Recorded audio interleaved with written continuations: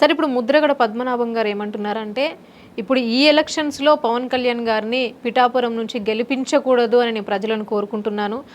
ఈ పిఠాపురం నుంచి పవన్ కళ్యాణ్ గారిని తరిమేయాలి. ఆయనకు ఓట్లు రాకూడదు. ఆయనని ఇక్కడి నుంచి గెలిపించే ప్రసక్తే లేదని ముద్రగడ పద్మనాభం గారు అంటున్నారు. సో ఆయన మాటలకి మీరేం చెప్తారు? ఇదేమైనా రాజరికమా? ఆయన ఏమైనా రాజా? డిక్టేటర్? డిక్టేటర్షిప్ కాదు ఇది. ప్రజాస్వామ్యం, గొప్ప ప్రజాస్వామ్యం. 98 కోట్ల మంది ఓటర్లు ఉన్నారు 145 కోట్లలో.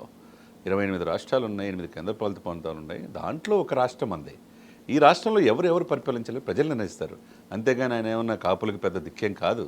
ఒకప్పుడు ఉద్యమ నేతగా పేరుంది తప్పితే ముద్రగడని మర్చిపోయారు చాలా కాలం. రాజకీయాలకు 6 సంవత్సరాల నుంచి దూరంగా ఉన్నాడు.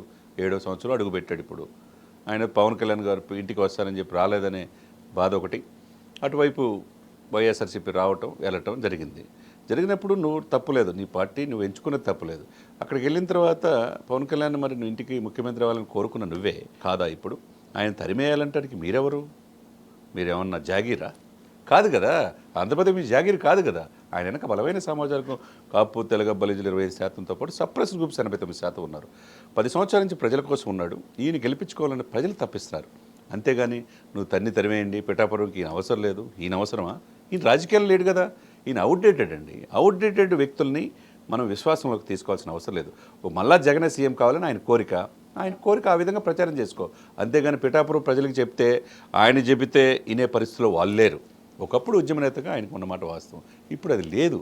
చాలా చైతన్యవంతులు వాళ్ళు చదువుకున్నారు, విఘ్నులుగా ఉన్నారు. అక్కడ డిసైడ్ చేసేది కాపులే.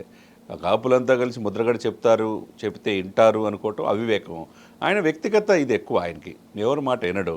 నేను చెప్పింది వేదం అనుకుంటాడు. అది గౌరవం, పెద్దలంటే మనకి గౌరవం ఉంటుంది. కానీ అది తారాస్థాయికి శృతిమించి జగన్మోహన్ రెడ్డి గారి సీఎం కావాలి, నువ్వు ఎట్టి పరిస్థితులు కాదు, ఆయన్ని తరిమేయండి, ఆయనకంటే సినిమా వాళ్ళు ఎవరు రాలించలేరు రాజకీయాల్లో, ఆయన ఎవరు చెప్పడానికి? అది కరెక్ట్ కాదు. అది ముద్రగడ గారు మరి ఆయన ఎంపీగా చేశాడు, మంత్రిగా చేశాడు, విజ్ఞత కోల్పోయి ఒక లిమిట్స్ దాటి మాట్లాడుతున్నాడు అనేది మనం గమనిస్తున్నాం. అది దానివల్ల ఆయనకున్న పేరు ఉద్యమ నాయకుడిగా, కాపు ఉద్యమ నాయకుడిగా, రిజర్వేషన్ కోసం మరి జోగి గారు 88 సంవత్సరాల వయసులో ఆయన పోరాడుతున్నాడు కదా కాపుల రిజర్వేషన్ కోసం. ఆయన ఎక్కడ పవన్ వ్యతిరేకంగా మాట్లాడతలేదే. ఉన్నట్టుగా గౌరవంగా సీట్లు తీసుకోమన్నాడు. ఆయన ముఖ్యమంత్రి కావాలని కోరుకున్నాడు. నువ్వేమవుతున్నావు? నువ్వు జగన్ ముఖ్యమంత్రి కావాలని కోరుకున్నావు. అది ప్రజలు నీకు స్వీకరించరు కదా. నువ్వు ఆయన్ని గెలిపించకూడదని చెప్తే ఆ మాట నీ ఇంట్లో వాళ్ళు కూడా వింటారో కూడా తెలియని పరిస్థితి. ఇప్పుడు ఆయన వైపు నడిచేవాళ్ళు కావచ్చు, ఏదైనా కావచ్చు. ఆయన ముద్రగడ గారు ఆ వయసులో ఆయన విఘ్నత కోల్పోయి మాట్లాడకూడదు. ఎవరిని వేయాలనేది జనం డిసైడ్ అయిపోయారు. ఎవరిని గెలిపించాలనేది. ఎవరు ఎన్ని ప్రయత్నాలు చేసినా పిఠాపురంలో నేను మరలా చెప్తున్నానండి, 50 నుంచి 60,000 మెజార్టీతో, అఖండ మెజార్టీతో పవన్ కళ్యాణ్ గారు గెలవబోతున్నాడు. అది ఎవరు గెలుపు సాక్షాత్తు జగన్మోహన్ రెడ్డి గారితో సహా ఎవరు ఆపలేరు. ఎవరు ఇండైరెక్ట్గా అతన్ని ఎన్నుపోటు పొడవాలని చూసినా, ఒకప్పుడు 2009లో వంగా గీత గారు మంచి నాయకురాలు అని చెప్పి ప్రజారాజ్యంలో పవన్ కళ్యాణ్ అన్నగారే సీట్ ఇచ్చింది. ప్రజారాజ్యం తరపున గెలిచారు కదా. ఆమె ఇప్పుడు వైసీపీ వైపు ఉన్నారు. అది తెలుసుకోవాలి. ఇప్పుడు ఆమె ఇంటింటికి పోయి మీ కుటుంబ సభ్యులను గెలిపించిన అంటున్నారు. ఆమె అనుకోకుండా 2 రోజుల క్రితం పాపం సన్ స్ట్రోక్ వల్ల జ్వరం వచ్చి 2 రోజుల నుంచి ప్రచారంగా దూరంగా ఉంటున్నారు. రేపు ఆమె పోటీ చేస్తారా లేకపోతే అభ్యర్థి మారుస్తారా అనే కూడా నడుస్తుంది. కాబట్టి ముద్రగడ గారు ఏంటంటే విఘ్నత కోల్పోయి మాట్లాడకూడదు. ఆయన ఇదిని ఆ పెద్దరిక. ఇదే అంశం మీద అంబటి రాంబాబు గారు కూడా పవన్ కళ్యాణ్ గారి పైన కొన్ని వ్యాఖ్యలు చేయడం జరిగింది. ఏంటంటే నేను గనక సినిమాలోకి వెళ్ళుంటే పవన్ గారి పీడబోయేది అనే వ్యాఖ్యలు చేశారు. ఆయన మాట్లాడిన వ్యాఖ్యలకి మీరు ఏ విధంగా స్పందిస్తారు? ఇప్పుడు ఆయనకు సత్యనపల్లిలో తీర్పు చెప్తానికి ప్రజలు రెడీగా ఉంటారు. ఆయన పవన్ కళ్యాణ్ ఎన్ని మాటలన్నా, వ్యక్తిగత విమర్శలు చేసిన, ఆయనతో పాటు పోసాని కృష్ణమురళి, పేర్ని నానిలు, గుడివాడ నాని, ఇంకొకరు నానిలు, అమర్నాథులు, వీళ్ళందరూ రేపు గెలుస్తారో లేదో స్టౌటే. 99.9% అందరూ ఓడిపోతున్నారు. ప్రజాస్వామ్యంలో వ్యక్తిగత హనన చేయటం మంచిది కాదు. మీరు ఏదైనా ఉంటే చూసుకోండి.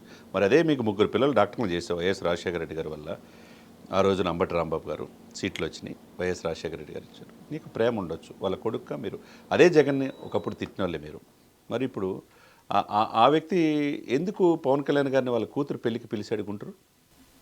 ఇప్పుడు ఈయనకి నటిస్తేనంట ఆయనకు మించి అయ్యేవాడంట. మరి ఏ విధంగా నటిస్తాడు? రాజకీయాల్లో నటించవచ్చే కానీ సినిమాల్లో నటించడం అంత ఈజీ కాదు. అనేక మంది వేల కోట్లు ఉండాలి, డబ్బులు ఉన్నారు.